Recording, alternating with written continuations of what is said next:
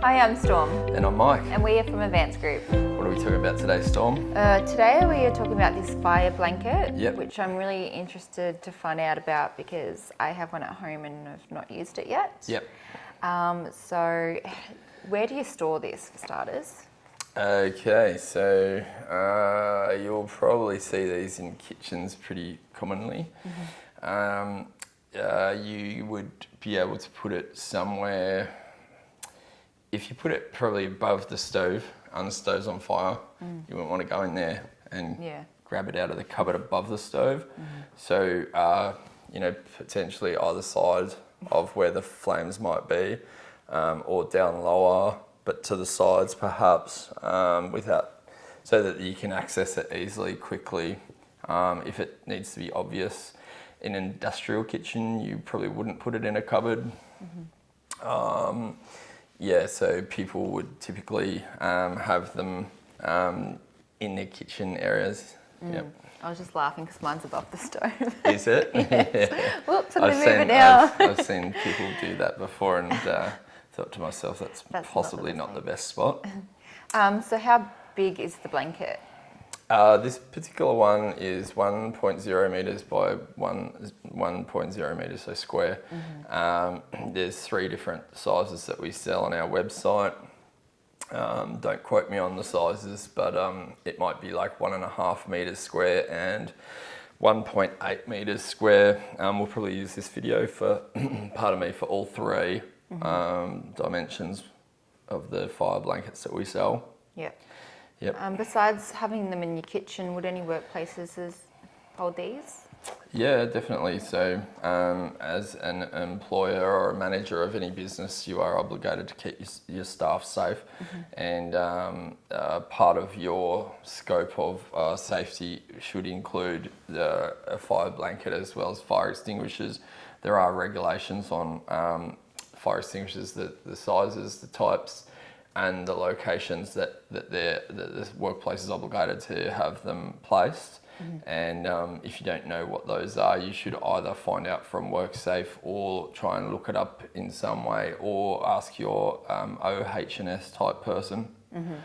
So this can be used on, like, covering it on people as well as just on top of the fire? Yeah, definitely. If someone got splashed with some sort of fuel source and they had flames on them, you can, if they haven't stopped, dropped and roll, you can always cover the person with it over the flames, for sure.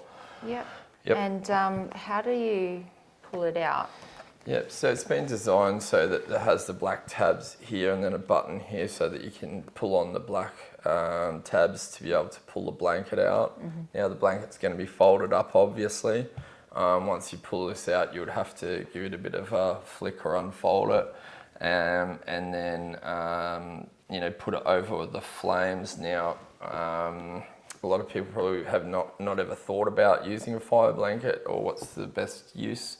So if you don't know how to use it, might have to put a photo up on this video, because one of the important things that is mentioned about how to use a fire blanket in the instructions or on other people's informations about how to use a fire blanket is to sort of roll part of the blanket where you're holding it around your hands before putting it over the flames, to prevent your hands from getting burnt when you're putting it over the flames. So hopefully that photo should help people to be able to visualise what I'm saying. Yep, so it's double-sided protective, like from the flames?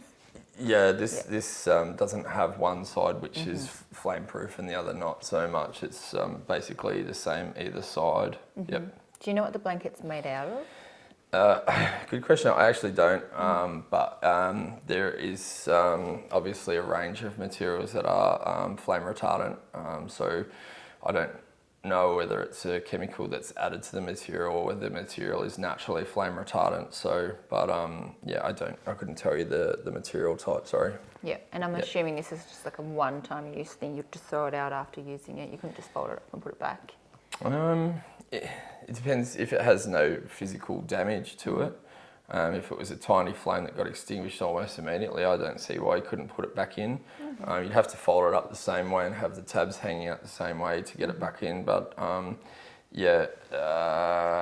it's not something that I would, be too concerned about if it didn't have any physical damage to it. Yeah, and it's got all the folding instructions on the back on how to fold it and put it back in.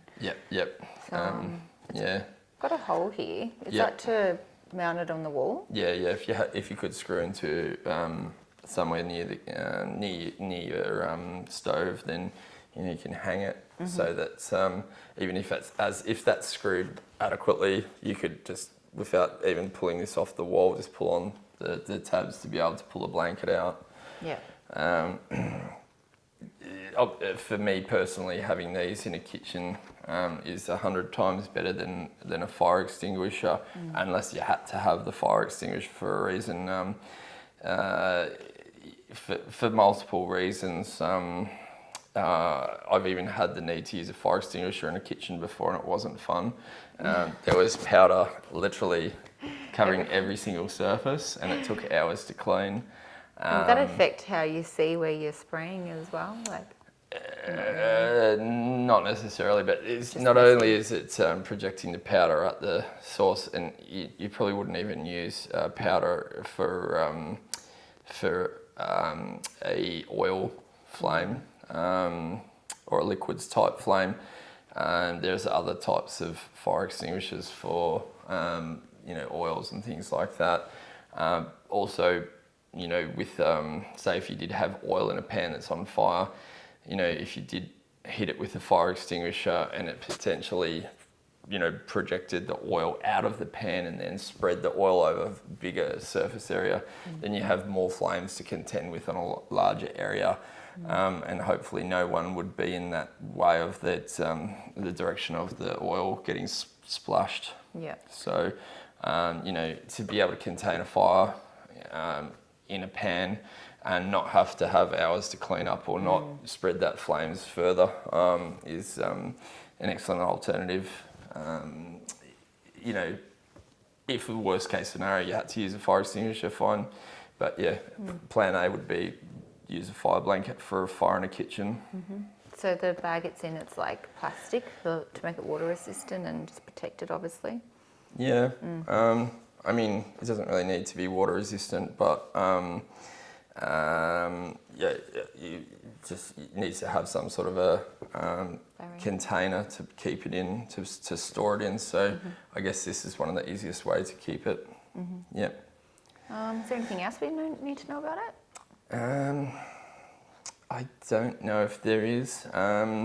We've talked about the other sizes. I guess just to be aware where and when you might be required to have them is obviously something that you should know. And if you don't know, definitely investigate and find out to make sure that that you are, abiding by whatever regulations as a, responsible business owner or manager of a business. So that's probably about it. If you want to buy this product, you can go to www.advancedgroup.com.au. And if you like this video, you want to see more videos like this, please hit the like and subscribe. Thanks for watching. Thanks, babe.